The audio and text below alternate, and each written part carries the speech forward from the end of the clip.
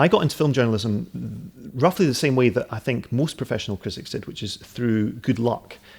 My ambition when I was at university wasn't to go into film criticism per se, it was to write for a living, ideally for a newspaper. And I was very interested in film, and I studied philosophy of film and aesthetics at university, and so kind of had that knowledge base, and was also very, very fortunate in that the local cinema put on rep screenings every Wednesday night and Saturday night, sometimes 2 a night. You could go for the 8 p.m, stay for the 11 p.m. And so I was able to see a lot of classic films in the way in which they should be seen, well projected, with the right audience. And a lot of cinephilia now involves sitting by yourself with a really good home cinema system and watching stuff either streaming or Blu-ray or something. And that's great in its own way. But there's nothing can kind of match, particularly for a film like Halloween, which is so dependent on the audience's response, to seeing it late at night with that incredibly receptive crowd. So I was very, very fortunate at university to be able to do all that. When I graduated, I applied for various graduate training schemes at newspapers. The one that accepted me was the News of the World, which was still running back then. I remember one of my tutors, the poet Douglas Dunn, putting his head in his hands when I told him where I was going. But for me, this was great. It was an opening into being a professional journalist. So I went down and worked for the News of the World for a few years as a feature writer, medical miracle stories and all this kind of thing. And then one day, the job of film critic became available. And my editor, the features editor, said, you need to try for this. This is your kind of thing. And so I wrote some sample reviews, and the editor of the paper read them. And that was how I got the job.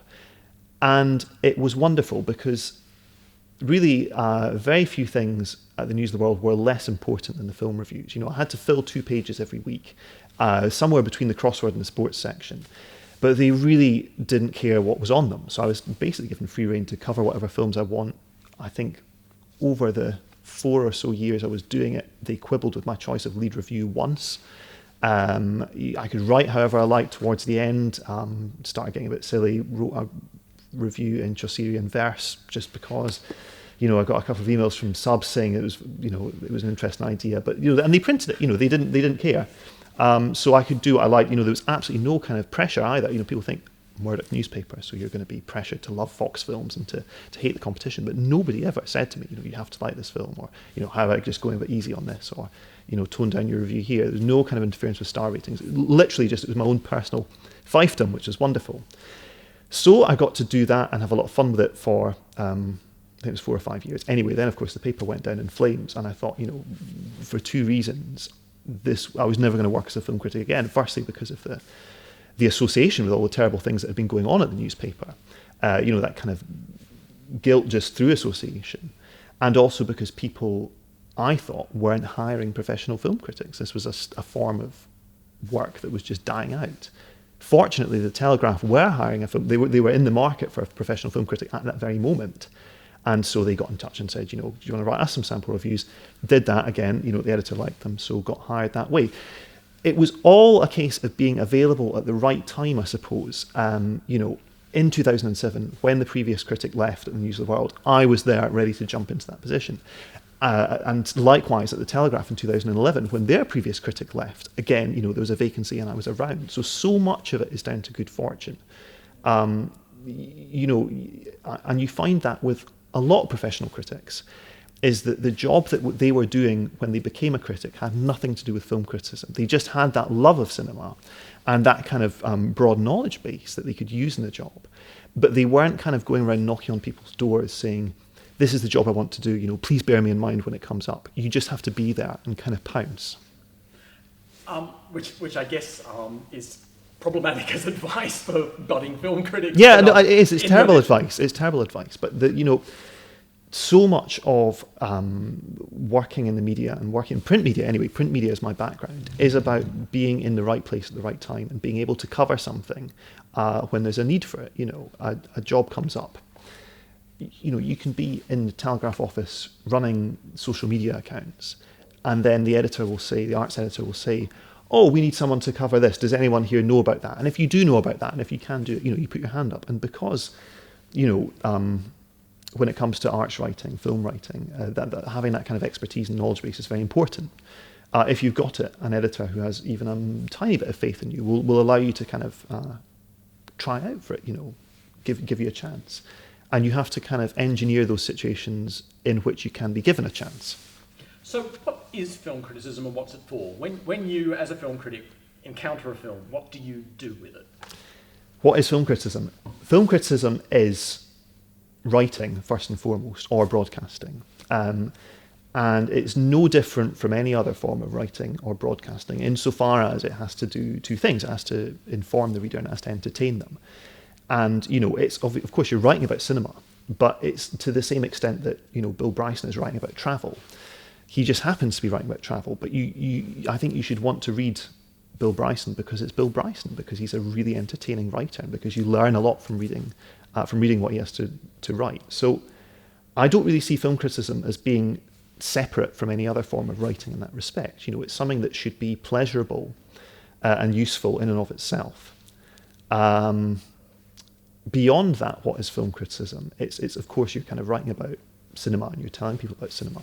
You're telling people about films that they should want to see and films that they should avoid.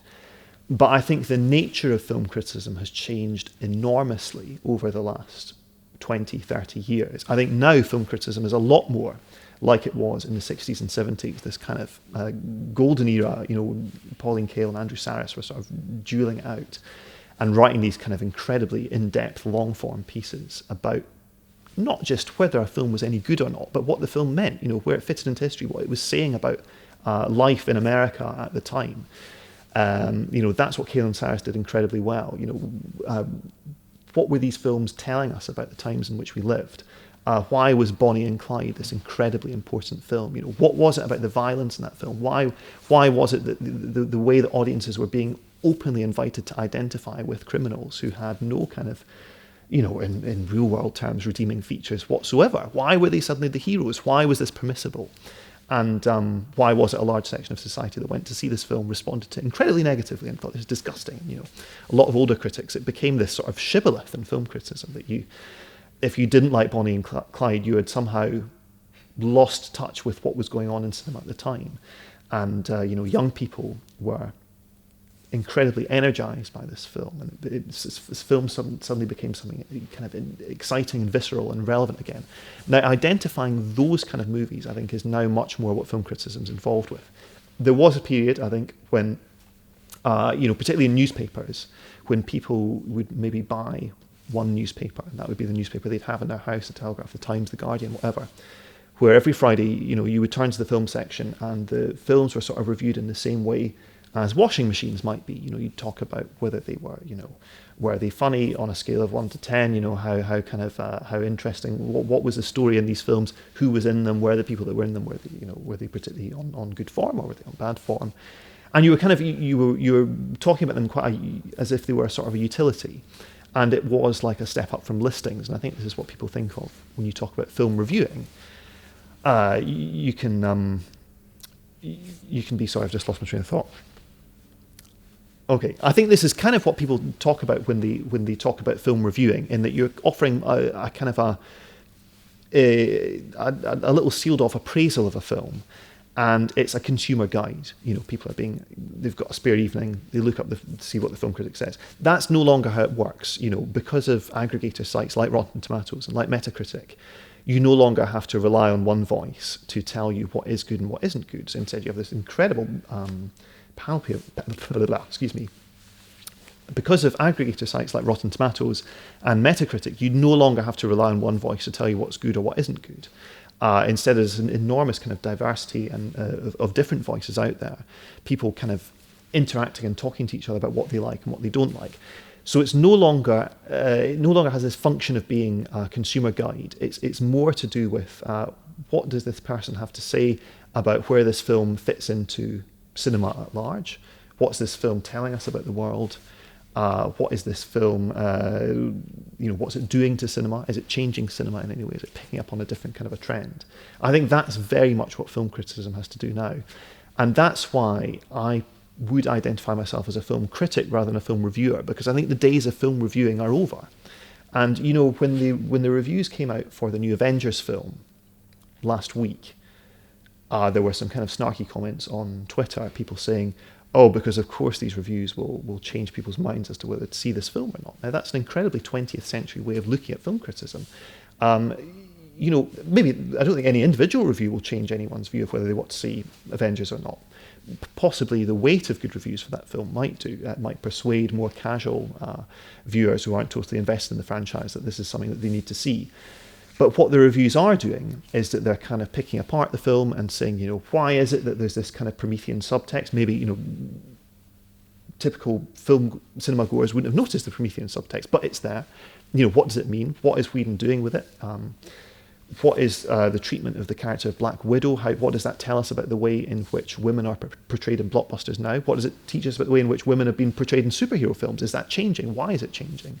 That's the job of the critic now, I think, to kind of pull that stuff apart and enrich the individual reader's experience of having seen the film. I think we are getting back to a kind of a golden age of criticism. What makes it difficult, possibly, if you don't think it is a golden age, it's because of the sheer volume of reviews and writing about film that's out there.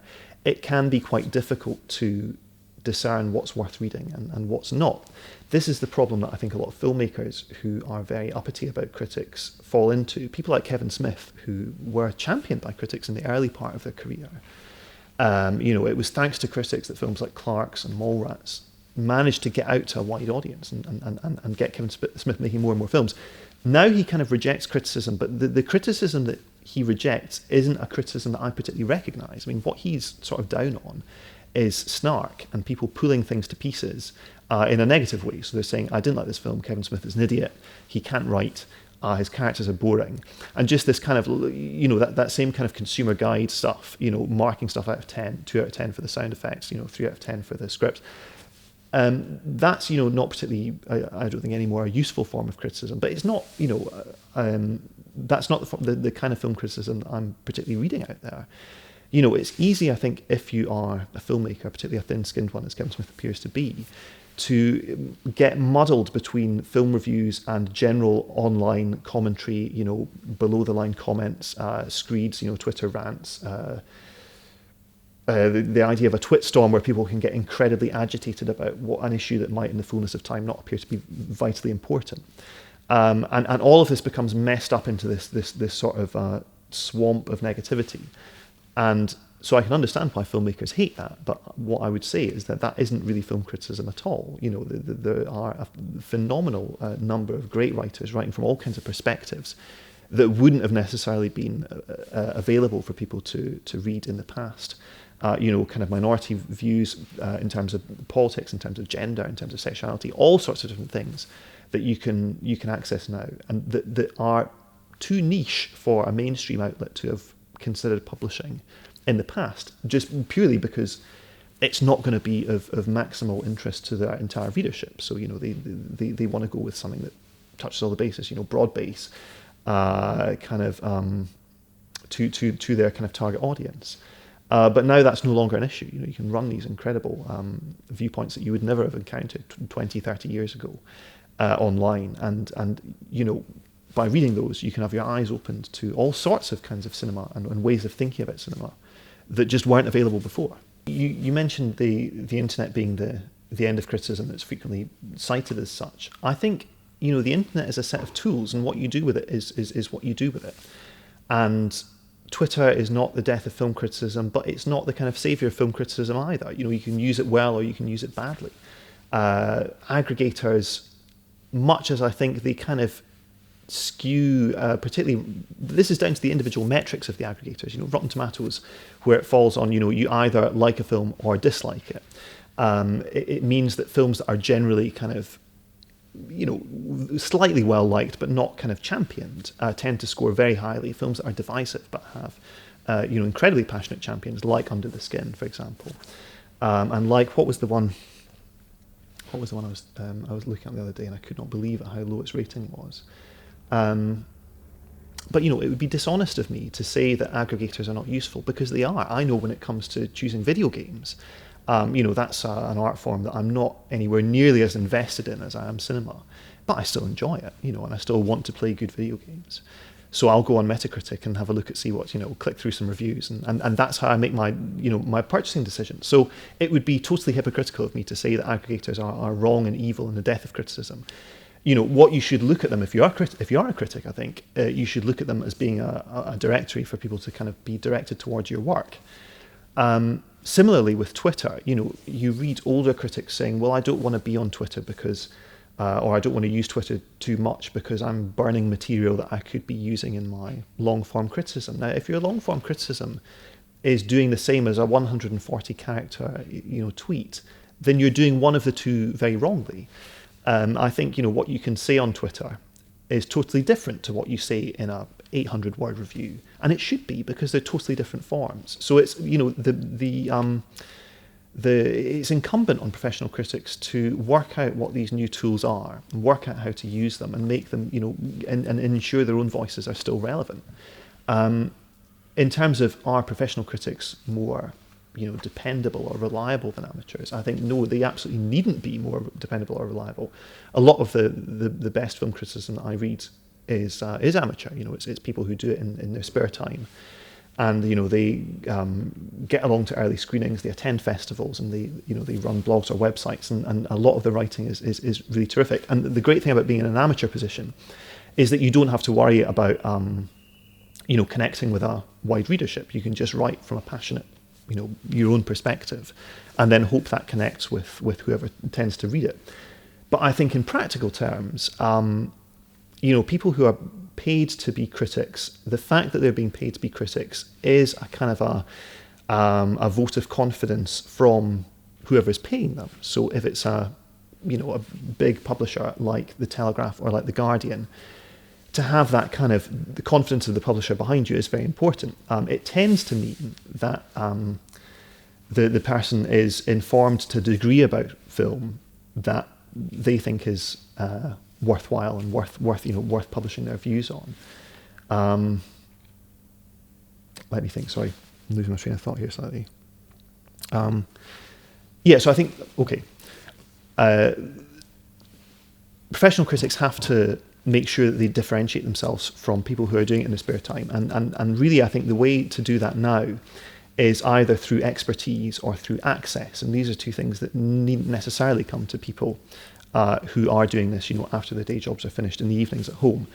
In terms of expertise, it's absolutely right that a film critic who's doing it professionally should be looking to expand their frame of reference all the time, to be watching as many films as possible, and to be exploring areas of cinema that they wouldn't necessarily explore if it was just a hobby.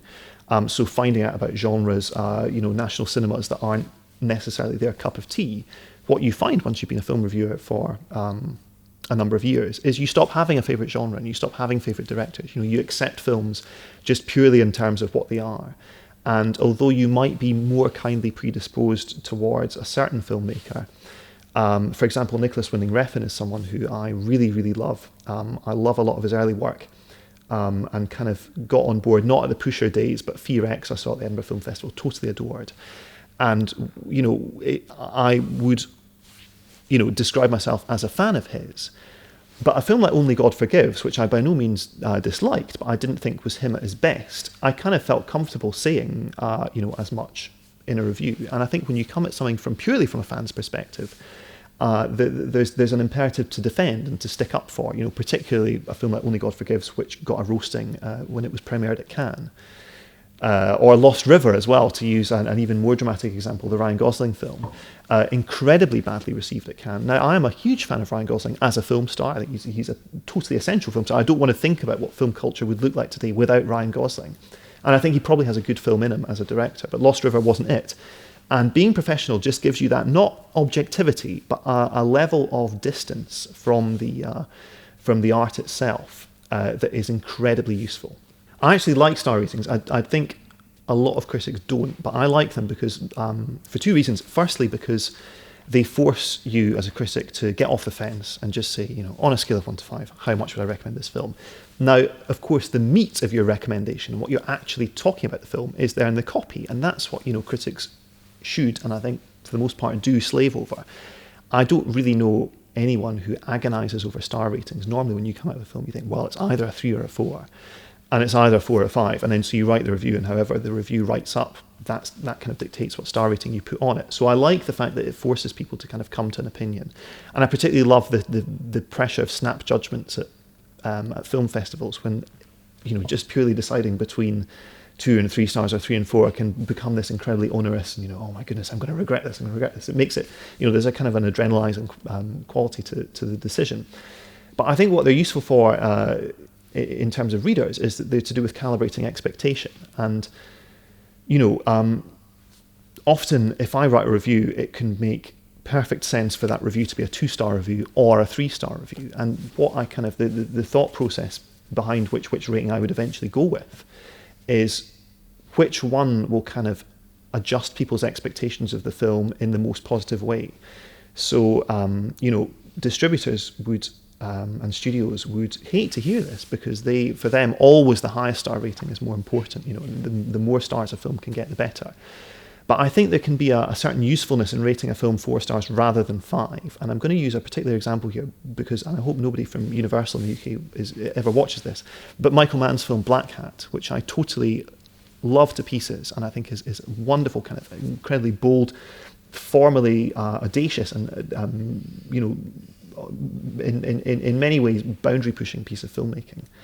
And when I came out of the film, I was totally excited by it, and loved what Michael Mann was doing, and loved what he was achieving that people hadn't achieved yet before in digital filmmaking. But to give that film 5 stars would set up this incredible weight of expectation behind it. People go into a 5-star film expecting to be sort of instantly bowled over, and it's kind of almost unfair to burden Black Hat with a 5-star review. You give it 4 stars, you get people warm towards the idea of seeing it, but you leave a bit of leeway for for what people might discover when they go there. 4 stars, it means the critic is generally very behind the film, but isn't sort of saying this is a must see for all audiences, and so then people can discover the film that way, and and then be pleasantly surprised by it. And by the same token, at the bottom end of the scale, 1 star I think is really only something that you would give to a total kind of a hatchet job. 2 stars can be easy used to mark out a disappointing film, but so can 3 stars. If there's a lot of expectation behind a blockbuster that's coming out, it's got an enormous fan base, and you would want to encourage people just to keep their expectations in check when they go to see it. You personally maybe found the film very disappointing. 3 stars can do that more effectively than 2 can, because if you put 2 on the review, people say, oh, they're a hater. They obviously don't, they're not interested in the franchise. They have some kind of vested interest in bashing the franchise. And it can kind of colour how people read the review. So that's how star ratings can be useful to readers, I think, is just in adjusting their expectations, not only for what they're going to read in the review, but also what they're going to experience in the cinema. It's never happened to me that I've had an editor alter a star rating without consulting me, and that would actually really annoy me, because you don't even know if whoever's changed it has actually seen the film or not. I mean, I think there's been one time that a star rating in the print edition of the paper was a misprint, and it was just the wrong rating. But that was just an obvious misprint. I mean, it was a very, very positive review, and I think it was 2 stars on the review, and it was just obviously a mismatch. In terms of, do we talk about star ratings? Of course we do, and we should do, because, it's just this badge that you stick on the top of the review. It's not, the heart and soul of what I'm doing is in the words.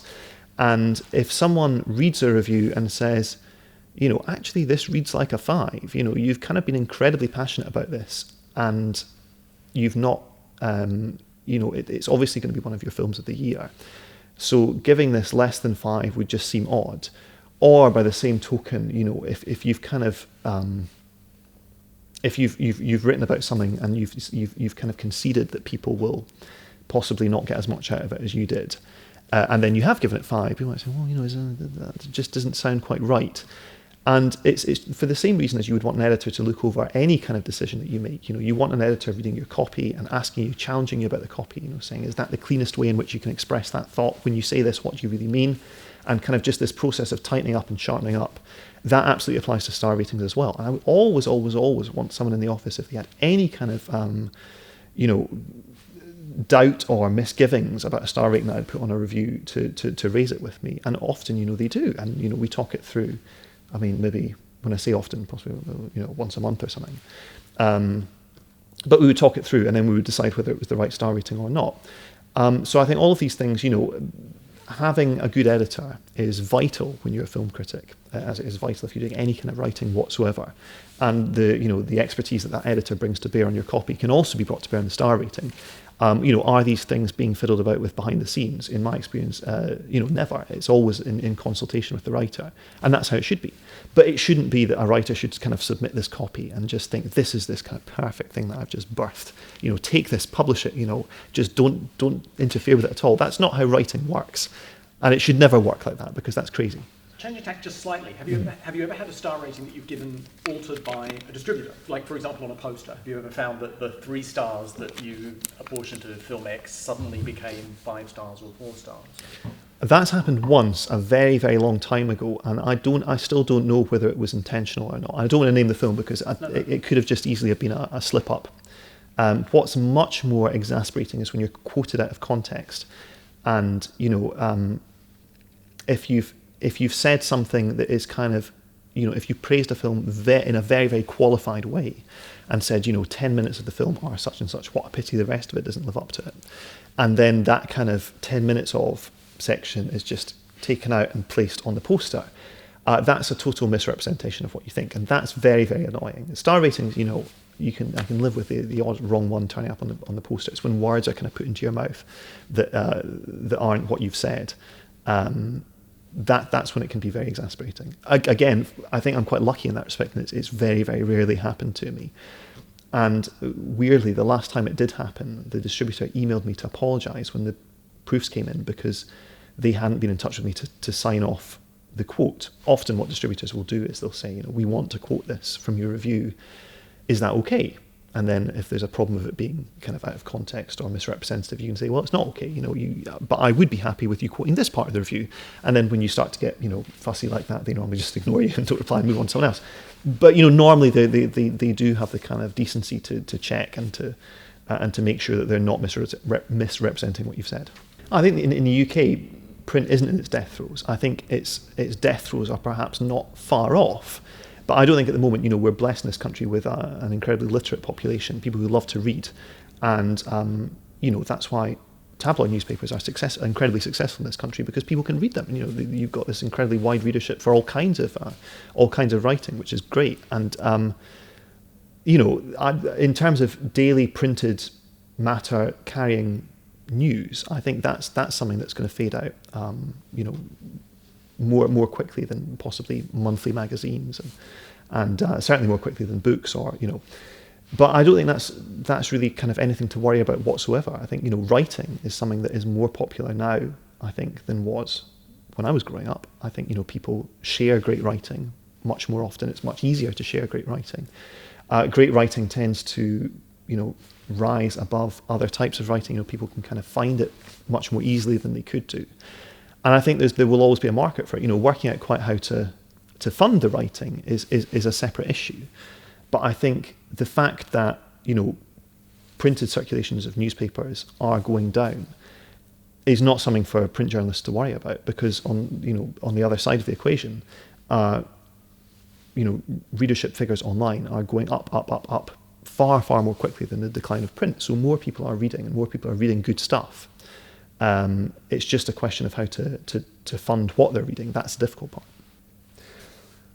I think let me say this. One of the places that I've seen film criticism change more quickly than anywhere else since I've been writing. I started as a film critic in 2007, so that was the year after Twitter was launched, the year after Facebook opened its doors to the public. So social media, I've seen basically all the changes that has affected so far over the course of my career. And the changes have been most pronounced at film festivals, and where, at the start of that time at a film festival, after screening, people would kind of swan out into the foyer, pair off with some friends, and, oh, what did you think of this? Well, I like this, didn't like this. Go off for lunch, think about what they did, and then as long as they'd filed by the end of the day to the news desk back home, that was fine. Job was done. Now, when people flood out of the cinema in particularly in Cannes, but Venice, Toronto, Tokyo, Edinburgh, London, wherever, they will be straight onto their phones, and they will be tweeting and on Facebook about what they've just seen. And there's this kind of sense that the fact that this is happening is somehow showing the great decline of film criticism. And I just don't understand why people would think that. You know, what's happening is people are coming out and they're instantly writing about and talking about what they've seen. And they're instantly bringing their opinions and news of this film that they've seen to an enormous audience, a far wider audience than they could have done 10 years ago. And that doesn't sound like the death of film criticism to me at all. That sounds to me like the rebirth of film criticism. And the fact that, you know, not everyone is embracing that, I think more fool them. You know, you have to kind of get communicating with people in these ways. After I've seen a film at Cannes, I will zip to the press room and write, you know, 800 words on this thing, possibly within the hour, ideally within the hour, so the review can be up very quickly. And I love the pressure of that, and I love the adrenaline rush of that. That's what the job is now. You know, if you can't do that, I don't really see why you would want to be a film critic at all. You know, just wait and see what, you know, when the films come in the cinemas. You know, you can enjoy them at your leisure. There's nothing leisurely about it anymore. You know, you have to see a film, you have to process the film. You almost, something that A.O. Scott, the New York Times film critic, said, which I think really kind of nails it, is that when you see a film as a film critic, you have to watch it twice in one sitting. You have to watch it as an audience member, and you also have to watch it as a critic, and somehow combine those two responses into the way that you respond to it. You know, this kind of standing back, pulling apart, what does this mean? Where does this fit into this? And, you know, why is the film doing this? What is it saying about such and such on one side? But on the other side, also the visceral experience of being there in the cinema, seeing this for the first time and just being carried along on a ride by it, which is, you know, what film should do to you.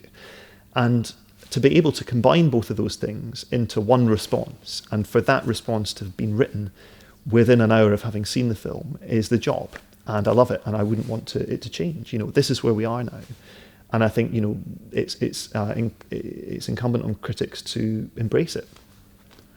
Thank you very, very much indeed. Okay. That has been fantastic. Good. I hope so. I always feel really like, who gives a shit? Because I think critics love talking about the job, and to actually, and I worry that, you know, because the Telegraph occasionally asks for articles about how to be a film critic and, you know, what the perks of the job are and what the worst things of the job are. And I often think writing it will sound incredibly kind of self-absorbed, because for me, the interesting part of the job is writing about films, not writing about films. But to have a kind of a legitimate, you know, way to talk about it is very welcome.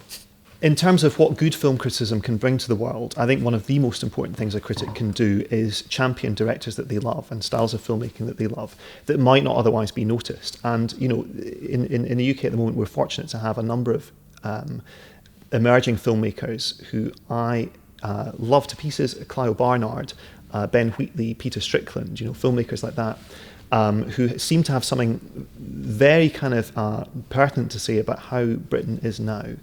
And if film critics can champion those filmmakers and the films that they produce, that can then bring attention to those movies and allow those directors to continue working. You know, I'm very excited about seeing Ben Wheatley's fifth film. I'm excited about seeing his sixth film. I'm excited about seeing his 25th film.